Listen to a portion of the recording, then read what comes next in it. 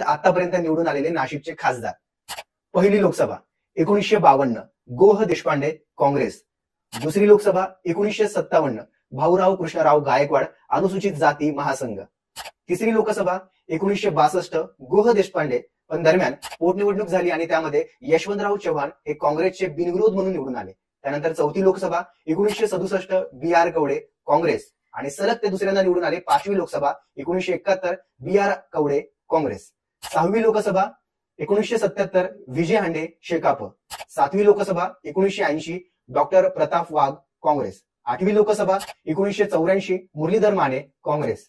नववी लोकसभा 1989 दौलतराव आहेर भाजपा. दहावी लोकसभा 1991 डॉक्टर वसंतराव पवार काँग्रेस. 11वी लोकसभा 1996 राजाराम गोडसे शिवसेना. 12वी लोकसभा 1998 माधवराव पाटील काँग्रेस. 13वी लोकसभा उत्तमराव ढिकले शिवसेना 1999. 14वी लोकसभा 2004 देवीदास पिंगळे राष्ट्रवादी.